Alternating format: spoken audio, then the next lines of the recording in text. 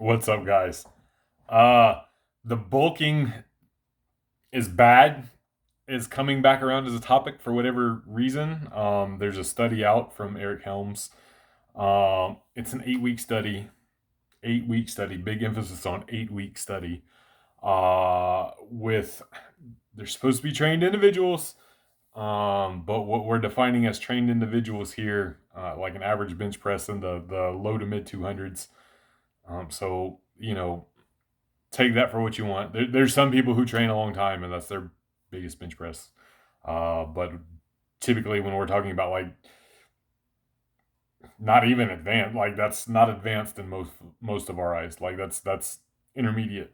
But anyway, that aside, it was a short study. You can go read it for yourself, look at the data. Alex Leonidas made a good video on it, and he picks at it a little bit more. But I'm just going to make some generalizations here, and I just wanted to name that study because that's kind of what has brought some of this stuff up. Uh, you know, we can look at this study in a vacuum, okay? And you want to make inferences based on an 8 week study, I don't think you should, but you can. People are, and making videos about it, saying, see how you don't need to bulk. If we look historically, all the most elite lifters, the people with the most muscle mass, the people with the biggest lifts, they've always bulked. Like it's there. Like that is the study. Those are the subjects. Is it controlled in a laboratory? No. Are there variables that aren't being accounted for? Yes. It's but it's still science.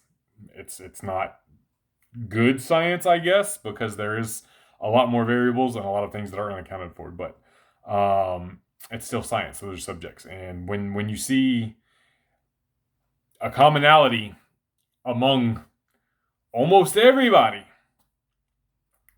that's at a level that you're trying to reach or you're trying to strive to, and unanimously across the board they are doing this thing.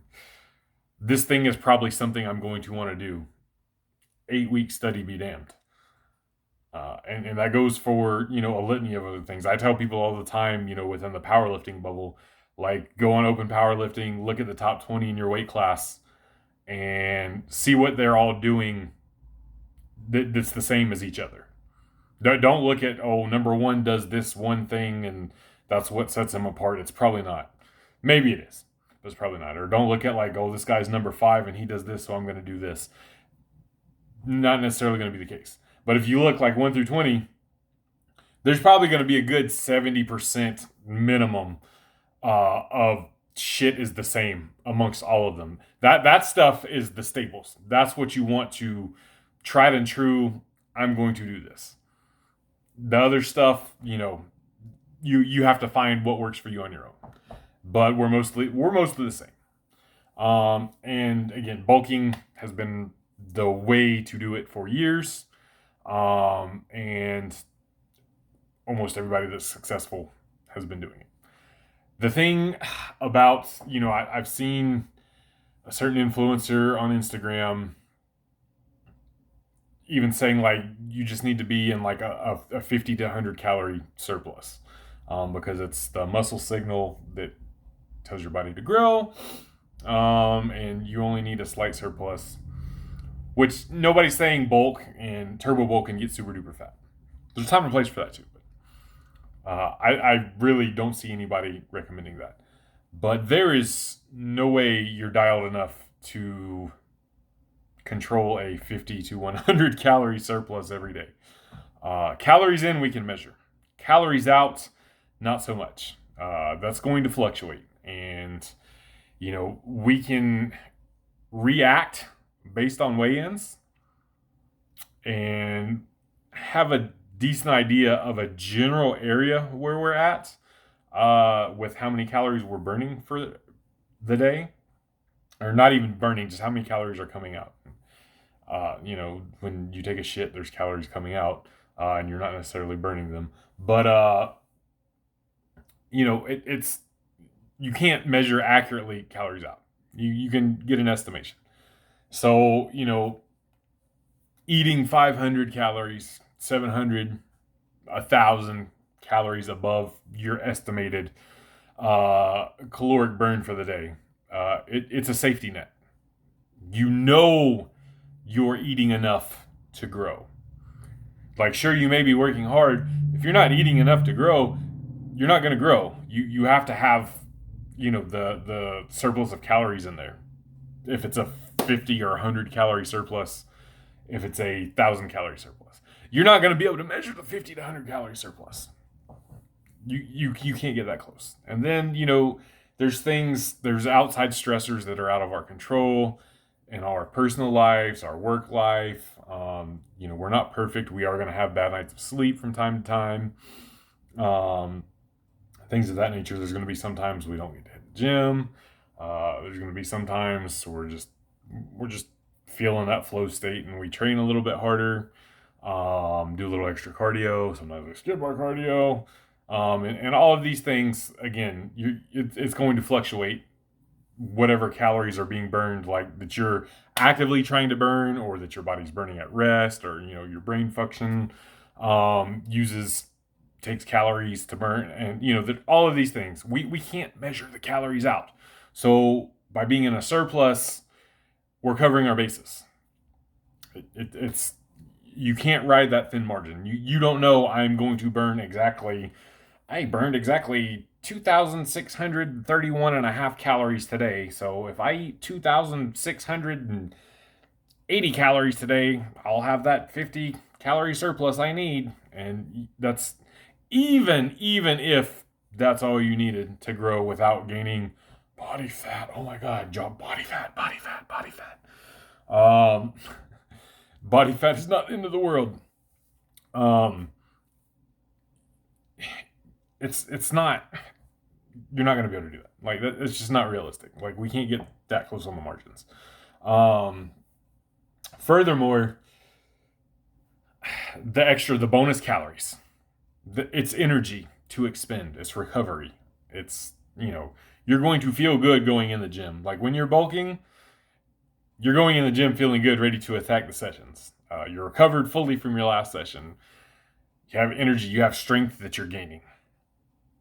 I even think, the leverages are a thing. But, if you're in that 500 to 1,000 calorie a day surplus, you're not gaining the weight really super fast.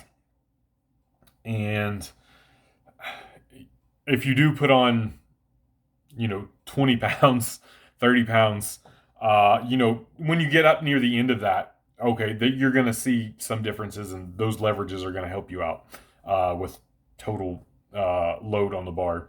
But initially, that's not really going to be reality. And even if you're doing 8 weeks, 16 weeks, whatever, you're not going to see a whole lot of leverage benefit, but you're going to feel fucking strong because you have those calories at your back. And there's something to be said for that. Even if that's, not on a physical sense, a scientific sense, like the super duper most optimal way of gaining muscle while keeping fat gains at bay. Like, just that psychological boost and the work you're going to get done at the gym. There's something to be said for that. That's not really measurable, as far as I know. Correct me if I'm wrong. Maybe we can measure that shit now. I have no idea.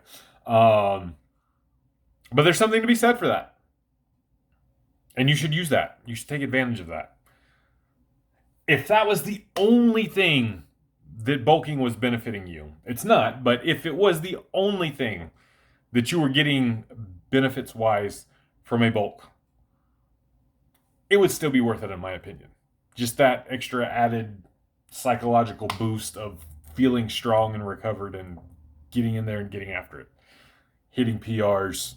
I know even a lot of the hypertrophy-driven people, you like hitting PRs at the gym. Maybe you're not going for 1 rep maxes, but when you had a new 5 rep max or something with 1 in the tank, just because you've put on so much muscle and, that's there for the taking. Everybody feels good about that. I'm not a hypertrophy guy, but, what do I do at the beginning of every video? Right? I'm not mad about gaining my muscles, and I'm not afraid to show them off. I like showing them off. That's not my primary reason for training. It's, strength and performance, but I'll take that. Hypertrophy guys, no different. Y'all are training for this, but you're going to take the bench PR and be proud of it too. So yeah, like bulking is great, man. And as far as the whole, scientific versus bro science thing, I'll touch on that some more in another video. I want to speak mainly about, the bulking thing here. But at the end of the day, you can read books and studies and go to school and, win internet arguments. And that's fine, winning internet arguments if that makes you feel good inside, by all means. And I know debates are a thing, and, again, have at it. But results. Who's getting big, who's getting strong, who's getting jacked, who has the aesthetics, who's looking good, who's feeling good, who's performing good. What are they doing? That's the observational data I'm after. Like, who's elite?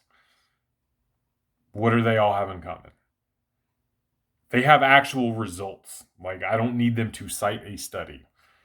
They tell me, oh, I've been doing this and blah, blah, blah, and I really feel like this has made a difference for me. Maybe I'm going to give that a try now. Especially if there's 4, 5, 6, 7 of these elite lifters. Maybe spread across a few different disciplines even.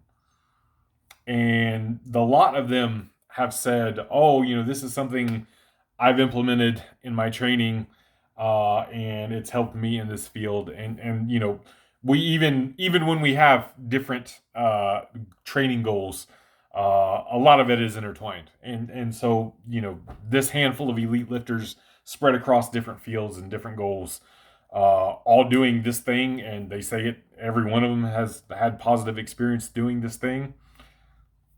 That's the study I need. That's the study I want to see. That's the data I want to see. That's what I'm going to implement in my training. That's what I'm going to give a shot for sure.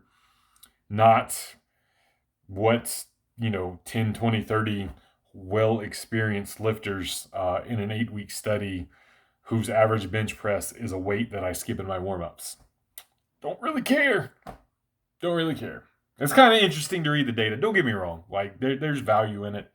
But it's not a be-all, end-all.